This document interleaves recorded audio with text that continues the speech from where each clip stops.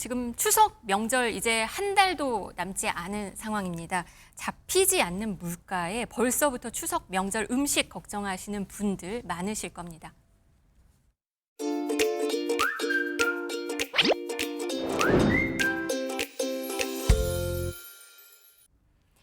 명절 상차림에 빠질 수 없는 달걀, 삼겹살 이런 거 가격 계속 오르고 있다고 합니다. 실제 많이 올랐어요? 작년이랑 비교해 봤더니. 예, 많이 올랐다고 하더라고요. 삼겹살도 그렇고 그다음에 그 아까 말씀하신 달걀도 그렇고 거의 한 6%에서 7% 이상 올랐다고 알려져 있습니다. 달걀 한 판 소매 가격이 7,000원이라고 해요. 7,000원이 넘었다 그래요. 저도 한 6,000원대였던 걸 기억을 하는데 네. 7,000원이 넘었다고 합니다. 특히 올해 굉장히 더웠잖아요. 이 고온에서 이제 양기장에 있는 닭들이 폐사하는 경우가 많아서 네. 아무래도 이제 공급이 좀 줄었던 것이 영향을 주지 않았나 그렇게 생각을 합니다. 네. 배추 가격도 높고 감자 가격도 높고 농축산물 값은 고공행진이 계속되고 있습니다. 예, 사실은 이제 전체적인 소비자 물가는 지금 1.9% 정도로 지난달에 발표가 됐어요. 네. 물가 종합적으로 보면은 어느 정도는 약간 안정세를 가고 있다라고 보는데 그 중에서 농축산물만 따로 빼면은 예, 굉장히 높은 인상률을 사실은 보여주고 있어요. 네. 그러니까 이제 소비자들이 사실은 이제 공산품이라든지 이런 건 모르겠습니다만 추석을 앞둔 지금에서는 오히려 농축산물 물가가 가장 체감이 그렇죠. 직접적으로 되는 파트라서 오히려 지금은 사실은 생각보다 물가가 지수랑 나랑 체감하는 게 다르네라고 느끼실 거예요. 네. 농축산물 물가가 많이 오른 건 이유가 여러 가지가 있는데요. 방금 앵커님 말씀하신 것처럼 이번에 혹서기가 좀 심했어요. 그래서 배추라든지 이런 야채 쪽 또 비 피해가 많거든요. 이런 부분에 있어서의 이제 물가가 많이 올랐고 닭은 사실은 국제적인 여러 흐름들이 있었습니다. 국제적으로 보면 뭐 브라질 쪽에서 조류독감이라든지 이런 것 때문에 있어가지고 국제 물가가 같이 올랐고 네. 우리도 사실은 산란계가 많이 폐사하면서 굉장히 많이 올라간 가격. 이게 사실은 이제 추석 관련해서 밥상 물가에 직접적으로 영향을 주기 때문에 굉장히 예의주시해야 되는 상황입니다. 다만 이제 조금 불행 중 다행이라고 할 거는 과일 물가가 생각보다는 많이 올랐습니다만은 네. 지금도 많이 올랐습니다. 6% 이상 올랐습니다만은 예년 추석 대비한 정도의 인상률까지는 가지 않고 있다는 게 작년 추석 생각해 보면 금사과 얘기가 금사과였죠. 사과 한 알에 뭐 있었어요. 15,000원이다, 2만 원이다 막 이렇게 얘기하면서 네. 올해는 그러지는 예, 않을 그 정도까지는 거라고. 아니다. 물론 이제 지금도 오르고는 있습니다만 네. 그게 그나마 추석 차례상 물가에서 과일 부분이 조금 작년보다는 부담을 덜어주고 있다. 이게 지금 현 상황인 것 같습니다. 네, 정부는 뭐 추석 성수품 공급을 뭐 사상 최대로 늘려갖고 뭔가 지원을 해준다고 하긴 합니다. 그러면 이렇게 되면은 좀 가격은 좀 잡힐 수가 있을까요?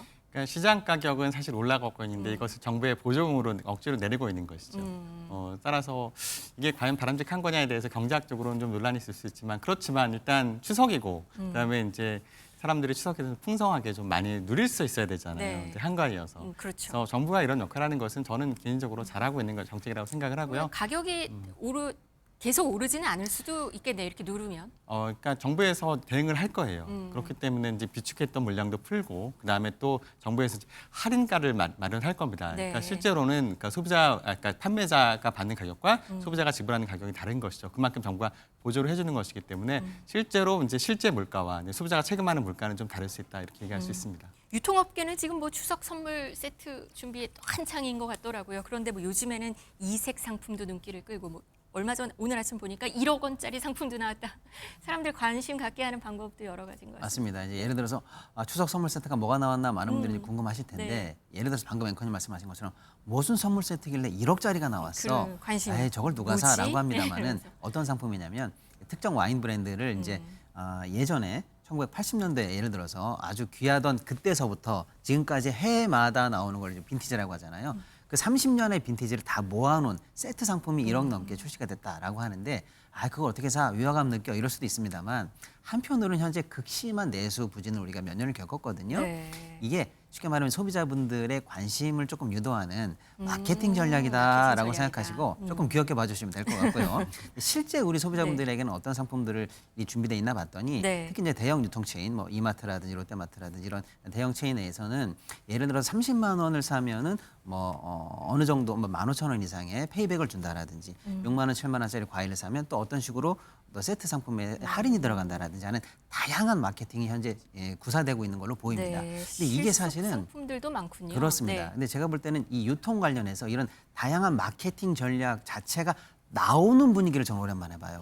뭐냐면 이제 큰 어떤 침체기를 겪고 우리가 이전에 민생 소비 회복 쿠폰도 좀 뿌려줬고요. 추석을 앞두고 사실은 내수가 한번 돌아줘야 되거든요. 그런 측면에서 이런 다양한 마케팅이 나오는 것 자체가 조금 반갑다. 그리고 그거에 호응해서 조금 소비가 좀 살아났으면 한다라는 그런 긍정적인 의견도 좀 있는 걸로 보여서요. 이참에 이런 다양한 마케팅과 또 어차피 해야 될 추석 소비를 좀 맞물려서 내수 증진에도 좀 네. 도움이 됐으면 좋겠다는 생각을 하고 있습니다. 여기서 좀 시청자 여러분들 관심 가질 만한 이야기 또 하나 있는데요. 서울시가 추석을 앞두고 서울사랑 상품권을 발행한다고 합니다. 근데 이게 최대 12%의 할인 혜택이 가능하다고 합니다.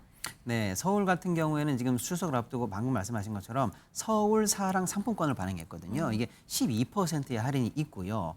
또 이게 이제 규모로 보면 약 2,755억 정도의 사실은 이제 예산이 네. 풀리는 거니까요. 네. 서울 시민 여러분들도 이제 많이 좀 내수진착에 또 유통 라인 성장에 좀 관심 예, 가질 관심을 만 가져주시면 하겠네요. 지금 좋겠고요. 보니까 6일부터 19일까지 4일간 발행을 맞습니다. 하고 한 최대 50만 원까지 살 수가 맞습니다. 있다고 그리고 이제 이거에 맞물려서 11개 자치구에서는 또 나름대로 2에서 5%의 페이백 이벤트를 같이 하고 있어요. 네. 이거 묶어서 행사 다 활용을 하게 되시면 더 큰 할인 혜택도 있으니까요. 각 지자체별로 또 전국적으로 하는 지자체도 많거든요. 네. 이런 할인 혜택을 이제 묶어서 같이 이제 소비에 참고하시면 좋을 것 같습니다. 네, 긴 연휴 추석 명절 앞두고 정부도 조만간 물가 대책도 또 내놓는다고 합니다. 저희 프레스룸에서는 계속 나오는 대로 알려드리도록 하겠습니다. 오늘 경제라이브 여기까지 전해드리겠습니다. 송원재 서울시립대 경제학부 교수, 박시동 경제평론가 함께했습니다. 고맙습니다. 감사합니다.